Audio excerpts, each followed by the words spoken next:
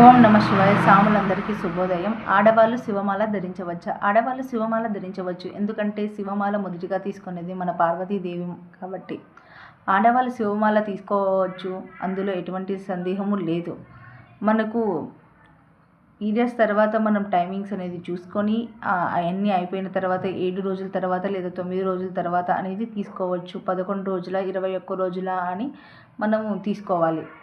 శివమాలలో ఉంటే పాటించవలసిన నియమాలు. శివమాలలో ఉంటే ఒంటి పూట మాత్రమే భోజనం చేయాలి.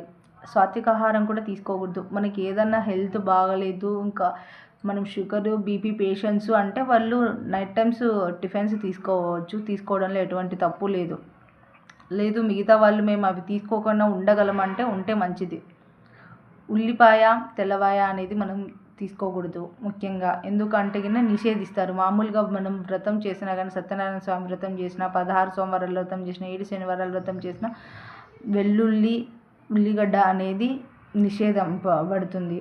ఎందుకంటే మనకు అవి తిన్న తర్వాత మనం ఎవరి దగ్గరైనా వెళ్ళి మాట్లాడితేనే మనకి ఏదోలా అనిపిస్తుంది. అలాంటిది మనం మాల దీక్ష తీసుకున్నప్పుడు శివమాల అంటే సాక్షాత్తు ఆ శివయ్య మనతో ఉన్నాడు, మనమే ఆ శివయ్య అనుకోవాలి అనమాట.